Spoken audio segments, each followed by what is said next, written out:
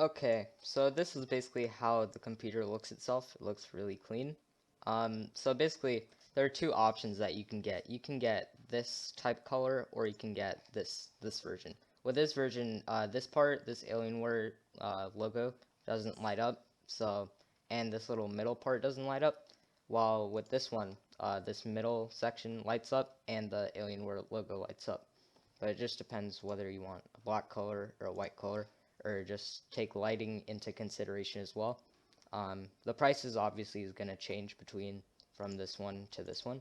So yeah, just decide on that and see which one you like.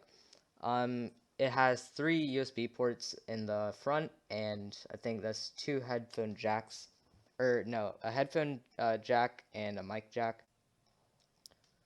Alright, so as you can see, I decided to go with Windows 10 Home. I went with an i7-10700F CPU, which clocks at 2.90 gigahertz, and it says F because it means that it doesn't have built-in graphics, but I didn't really care because I already have a graphics card, so I don't really need to worry about that. So for the graphics card, I went with a 2080 Super. I went with 32 gigs of memory, or RAM, or whatever. That's mainly because I don't really see myself doing um, tasks that would need any more than that, and I felt that 32 gigs was more than enough for the things that I needed to do, and like the apps that I wanted to run in the background. I went with a 1 terabyte SSD, as those help with loading times for applications and just makes running apps just much faster. And I felt 1 terabyte was enough space to do all of the downloads that I needed.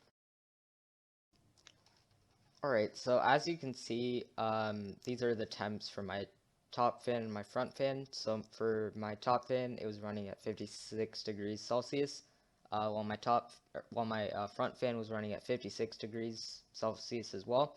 The top fan was running at 42% fan speed, so it wasn't too loud. And then my front fan was running at 31% speed. So yeah, I felt that these temps were pretty decent for the load that I was using, as I had a game running, streaming software, and I had a bunch of background apps running. So I felt that this was pretty good. There are actually two main versions that I see here, which is the R11, which has Intel CPU, while the R10 has a Ryzen CPU, or AMD. So basically, for this one, it has up to RTX 2080 11 gigabytes of GDDR6, yeah. And it's overclocked. And this one has up to 64 gigs of RAM at 2,933 megahertz, uh, and that's the hard drive, and up to an AMD Ryzen 9 3950X. And here are the things that the R11 can go up to. As you can see, it has a dual 2080 Ti, which is much better. For RAM, it's upgraded as it has 64 gigs of 3200 megahertz RAM, hard drive as well, and up to a i9 10900K. The main difference that I see between these two, that you guys probably might want to look at, is that the R11, I've seen that it has much better cooling and it's not as loud. So that's the reason I went with this one as compared to the R10. Finally, to end off, these are the back ports, and it also includes the front ports. So the back ports have a lot of USB ports and stuff like that, just all of this. And for the graphics card, for my graphics card, the 2080 Super, it had, I think, yeah, three display ports and one HDMI port.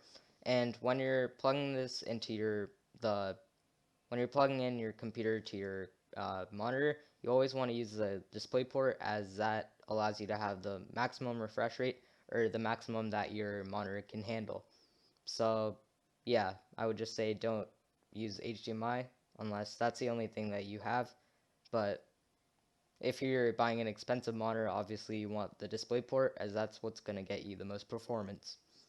For the Alienware Command Center, that's basically how you can overclock your computer. That's how you can change fan stuff, lighting settings, and stuff like that. It also optimizes your applications, and I think you can also update your drivers from that command center. So yeah, those are just some things that you can do after you get your computer. So thanks for watching, and I hope you enjoyed.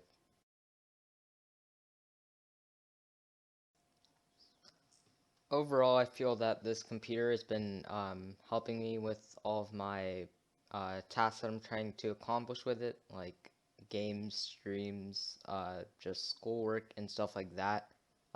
It's very good when I try to handle multiple tasks at once.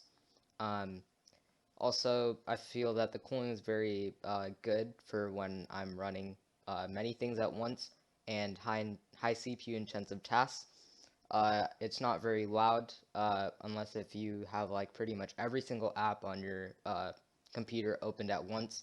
Obviously, then it's going to make some noise. But so far, I haven't really heard too much. The ports are really nice. I can connect uh, basically everything that I need. My mouse, my keyboard, my headphones, all of that good stuff. So overall, I'm very happy with this product.